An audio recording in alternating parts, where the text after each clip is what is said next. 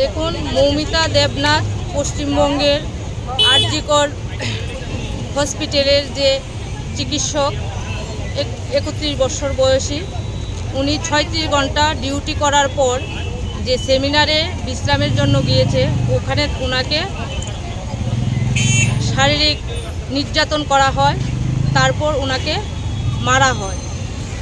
এই যে পশ্চিমবঙ্গের সরকার যে বলছেন যে 10 লাখ টাকা পরিবারকে দিয়ে দেবে, 10 লাখ টাকা কি মেয়েটার দাম? তার জন্য আমি সরকারের কাছে আবেদন করছি, আগামী দিনেও যাতে কোনো মহিলা বা কোনো মেয়ে এই ধরনের হত্যাকাণ্ডের শিকার না হয়, তার জন্য আমি জোরালো আবেদন করছি সরকারের কাছে।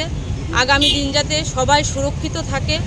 আর মমতা ব্যানার্জি যে কথা বলছেন পশ্চিমবঙ্গ থেকে যে 10 লাখ টাকা আমি ওনার পরিবারকে দিয়ে দেব, উনি কি জানেন উনি নিজেও একজন মহিলা?